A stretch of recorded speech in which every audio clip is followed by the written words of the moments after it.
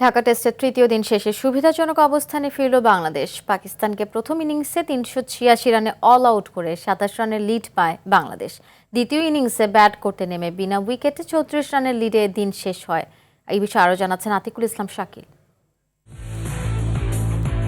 Dhaka test পেন্ডুলামের মতো একবার বাংলাদেশের দিকে ঝুঁকছে তো আরেকবার পাকিস্তানের দিকে। প্রথম দিন বাংলাদেশের ব্যাটারদের আধিপত্যের পর দ্বিতীয় দিন ছিল পাকিস্তানের। এবার তৃতীয় দিন আবারও বাংলাদেশের হলো মিরাজ তাইজুলদের কল্যাণে। এক উইকেটে ১৭৯ রান নিয়ে তৃতীয় দিনের খেলা শুরু করা পাকিস্তান দিনের শুরুটা করেছিল দারুণ। এ ম্যাচ দিয়েই অভিষেক হওয়া আজান ওয়াইস তুলে নেন শতক।